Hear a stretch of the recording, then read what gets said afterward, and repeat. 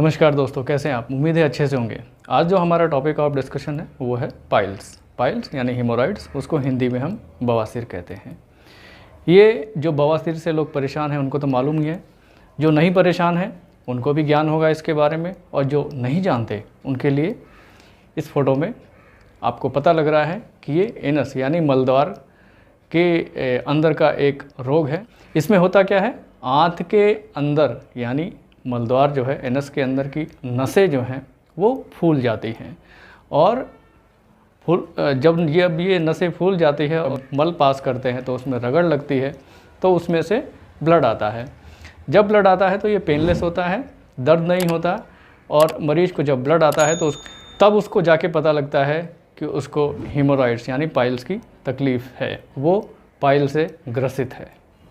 Piles यानी कि जो बवासीर है दो प्रकार के होते हैं, एक इंटरनल अंदरूनी, एक एक्सटर्नल जो बाहरी होता है। अंदरूनी जो कि मल द्वार का जो निकास है, ऑरिफिस है, उसके अंदर होता है, और जो एक्सटर्नल होता है वो मल द्वार के निकास के जो उसका ऑरिफिस है उसके बाहर होता है। इंटरनल जो है वो पेनफुल नहीं होता, लेकिन जो एक्सटर्नल होता है वो बहुत ही पेनफुल होता है, बहुत ही ज़्यादा तकलीफ़ देता है। आम भाषा में जो इंटरनल बवासीर है, अंदरूनी बवासीर है, जिसमें ब्लड आता है, उसको लोग खूनी बवासीर बोलते हैं। और जो एक्सटर्नल बवासीर है, जो पेनफुल होता है, बहुत ज़्यादा पेन होता है, उसको लोग बादी बवासीर बोलते हैं, क्योंकि उसमें कॉन्स्टिपेशन बहुत ही ज़्यादा होता है। एक्सटर्नल पाइल्स में दर्द इतना ज़्यादा होता है कि लोग मल पास करने से भी घबराने लगते हैं। बवासीर बहुत ही कॉमन रोग है। 50% of the people who are over 50 years यानी 50% लोग जो 50 वर्ष की उम्र से ज़्यादा हैं वो लोग बवासीर से सफ़र करते हैं, बवासीर की बीमारी से परेशान रहते हैं। ये एक फेमस, बहुत ही मशहूर शख्सियत है, फ्रांस के महाराजा नेपोलियन बोनापार्ट। इनकी ज़िंदगी में बवासीर ने एक बहुत बड़ा बदलाव किया। वो क्या है, आगे वीडियो में हम जानेंगे, देखते रहिए। चलिए अब हम जानते हैं कि ये बवासीर आखिर होती क्यों है, इंसानों में क्यों होती है। इसका कारण है पहला मॉर्फोलॉजिकल में हम बात करते हैं अपने क्रमिक विकास की। हम पहले चारों पैर पर चलते थे, फिर धीरे धीरे क्रमिक विकास की तरफ हम लोग बढ़े और हम लोग दोनों पैरों पर इरेक्ट चलने लगे। यानी पहले क्वाड्रूपेड थे हम लोग, 4 पैर पे चलते थे, वहाँ से हम लोग बाईपेड हो गए, 2 पैर पे चलने लगे। तो इस बात को ध्यान से समझिए कि जो इंटेस्टीन है पहले हॉरिजॉन्टली प्लेस थी, अब जो है सीधी प्लेस हो गई। मैं कौन से इंटेस्टीन की बात कर रहा हूँ, रेक्टम की बात कर रहा हूँ। रेक्टम के बाद जस्ट 2.5 सेंटीमीटर का मलद्वार होता है जिसके अंदर बवासीर होता है। बवासीर रेक्टम से भी कई बार स्टार्ट होके नीचे जो है मलद्वार में आता है। तो जब रेक्टम की ब्लड पाइप पहले हॉरिजॉन्टल थी तो उसका ब्लड प्रेशर धीरे धीरे इक्वली जो है डिस्ट्रीब्यूट होता था, लेकिन जब हम इरेक्ट होके चलने लगे तो यही ब्लड पाइप, ब्लड वेसल जो है हॉरिजॉन्टल से इरेक्ट हो गई, यानी वर्टिकल हो गई। तो इसका आप जैसा कि फिगर में देख रहे हैं कि प्रेशर जो होता है, खून का जो प्रेशर होता है वो सबसे ज़्यादा बेस पे होता है। तो बेस की नसें रेक्टम में फूलने लगती हैं और यही जो है बवासीर का कारण बनती है। ये जो क्वाड्रूपेड से हम बाईपेड होके इरेक्ट चलने लगे, ये हम सभ्यता यानी अपने एवोल्यूशन में हम लोग जो ऊंची पायदान पे चढ़े हैं, हम इसकी एक कीमत अदा कर रहे हैं बवासीर के रूप में। क्योंकि ऐसा देखा गया है जो चारों पैरों पर चलते हैं उनके अंदर बवासीर नहीं होता। अनलेस एंड अनटिल, अगर कोई डॉग्स में ऐसा देखा गया कि जो डॉग्स बहुत ज़्यादा ओबीज होते हैं, फैटी होते हैं, बहुत ज़्यादा मोटे होते हैं, उनमें कुछ में हेमोरॉइड्स की समस्या देखी गई है। लेकिन नॉर्मली जो जानवर जो हैं चारों पैर पर चलते हैं उनके अंदर हेमोरॉइड्स की समस्या नील है, ना के बराबर है। के बाद अगर एग्जैजरबेटिंग फैक्टर्स की बात की जाए तो उसमें प्रेगनेंसी है। प्रेगनेंसी के दौरान लेडीज़ में पाइल्स उभर आती हैं। इसके अलावा जिन पर्सन्स को क्रॉनिक कॉन्स्टिपेशन रहता है, कॉन्स्टिपेटेड रहते हैं, कब्ज रहती है, उनमें ये समस्या ज़्यादा देखने को मिलती है। ऐसे प्रोफेशनल्स जिनको वेट लिफ्टिंग का काम ज़्यादा पड़ता है, ऐसा वो काम करते हैं जिसमें वज़न उठाने का, भारी वज़न उठाने का ज़्यादा उनको जो है ऐसा काम पड़ता है, उनके अंदर हेमोरॉइड्स ज़्यादा देखने को मिलती है।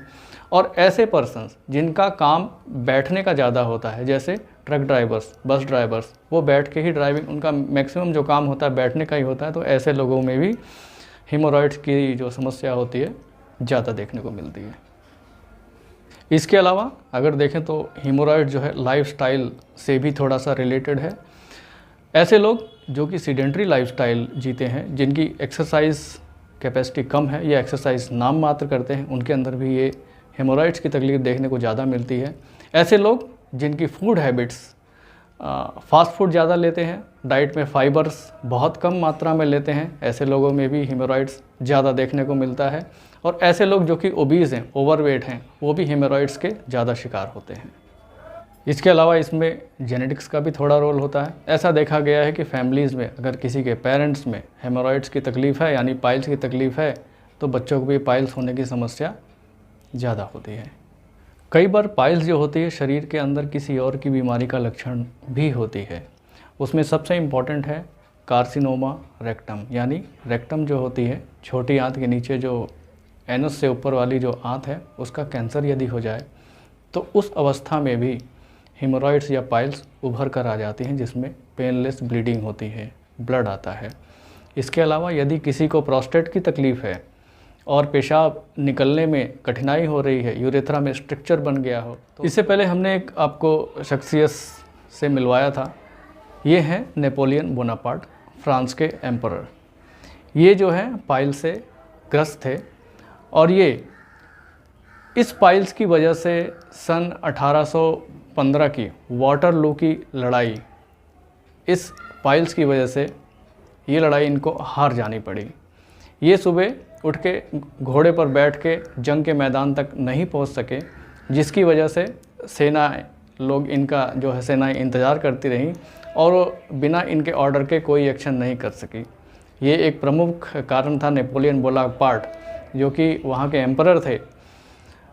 नेपोलियन बोनापार्ट को हम सभी लोग पढ़ते आए हैं और जानते आए हैं। इसकी वजह से उनको वाटरलू की जंग हार जानी पड़ी। बवासीर के लक्षण की बात की जाए तो इसमें पेनलेस ब्लीडिंग होती है। यदि एक्सटर्नल है तो बहुत पेनफुल, मल पास करने में बहुत ज़्यादा दर्द होता है। इंटेस्टीन का प्रोलैप्स हो सकता है, जिसके कि 4 डिग्रियाँ हैं, 1st degree, 2nd degree, 3rd degree, 4th degree. इन सब के बारे में हम नेक्स्ट वीडियो में बात करते हैं। आज कुछ हम बात करते हैं ट्रीटमेंट के बारे में। ट्रीटमेंट में देखा जाए तो इसमें होम रेमेडीज़ है, मेडिकल ट्रीटमेंट है जिसमें कि सर्जिकल है और नॉन सर्जिकल है। तो पहले हम बात करते हैं थोड़ा सा होम रेमेडीज़ के बारे में। Majority of the patient asymptomatic, यानी उनके लक्षण नहीं होते, और जब लक्षण आते हैं तो भी इसका मतलब ये नहीं है कि आप सीधा जो है सर्जरी करा लीजिए।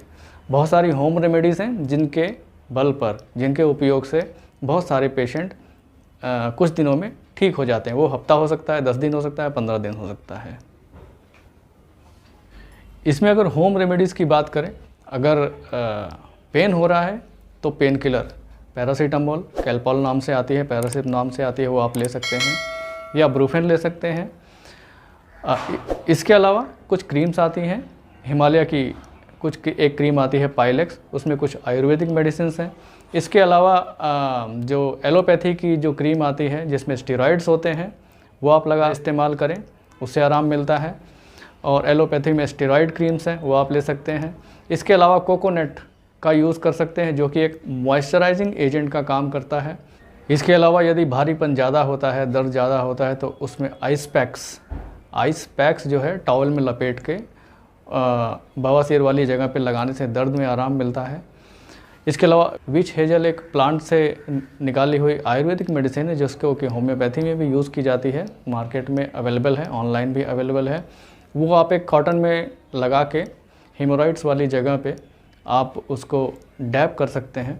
ये एक एस्ट्रिंजेंट है जो कि उसको जो है सुखाने में मदद करती है।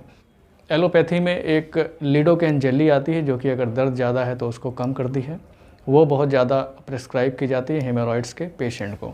इसके अलावा एक होता है सिट्स बाथ। एक टब में गुनगुना पानी लेके पेशेंट बैठ जाता है और जो जेनिटल एरिया है, जो एनल एरिया है, उसको इस पानी में डुबो के रखा जाता है 10 से 15 मिनट के लिए।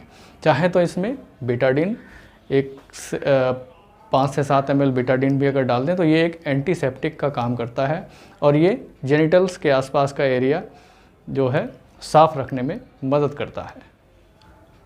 इसके अलावा जिंक ऑक्साइड्स की क्रीम आती है, वो भी पाइल्स के पेशेंट को यूज़ करने के लिए दी जाती है। इससे भी उनके पाइल्स के दर्द में जो है राहत मिलती है।